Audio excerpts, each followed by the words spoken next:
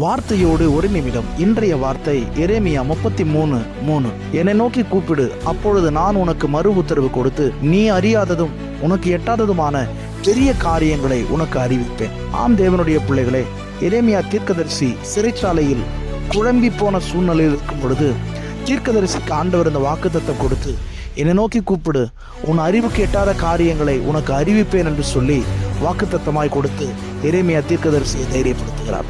ஆம் பிரியமானவர்களே, இன்றைக்கு உங்களுடைய வாழ்க்கையிலும் சில நெருக்கமான சூழ்நிலையின் மத்தியில் அல்லது ஒருவேளை கடினமான சூழ்நிலைகள் மத்தியில் நீங்கள் ஒருவேளை சோர்ந்து போய் இருப்பீர்களானால் தேவன் சொல்லுகிற ஒரு வார்த்தை, நீங்கள் செய்ய வேண்டியது அவரை நோக்கி கூப்பிட வேண்டும். எப்படிப்பட்ட சூழ்நிலையாக இருந்தாலும் எப்படிப்பட்ட நிலையாக இருந்தாலும் நீங்கள் கர்த்தரை நோக்கி கூப்பிடும் பொழுது அவர் உங்களுக்கு பதில் கொடுத்து உங்கள் சிந்தைக்கு புலன்படாத காரியங்களை, உங்கள் அறிவுக்கு எட்டாத காரியங்களை அவர் உங்களுக்கு தெரியப்படுத்தி உங்களை நல்வழியில் நடத்த அவர் போதுமானவராயிருக்கிறார். இந்த நாள் உங்களுக்கு மகிழ்ச்சியின் நாளாய் மாறட்டும். God bless you.